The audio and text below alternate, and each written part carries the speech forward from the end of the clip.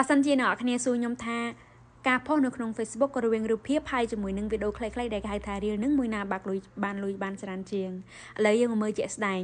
នេះគឺជា account របស់ខ្ញុំធ្វើការផុសរូបពីរ select ជាមួយកូនខ្ញុំ Selina ខ្ញុំអាចរកលុយបាន 0.15 សេនដោយមានអ្នកមើល900អ្នកជាងមានអ្នកចូលអត់មានមិនជាវីដេអូណាគ្រាន់ជារូបភាព select មានអ្នកមើលហ្នឹង900អ្នកជាងខ្ញុំអាចរកលុយបាន 0.15 សេនហើយមួយនេះគឺជា Reel គេហៅថាវីដេអូខ្លីៗគឺខ្ញុំបានផុសហ្នឹងមានអ្នកមើល700អ្នកជាងហើយខ្ញុំអាចរកលុយបាន 0.1 សេ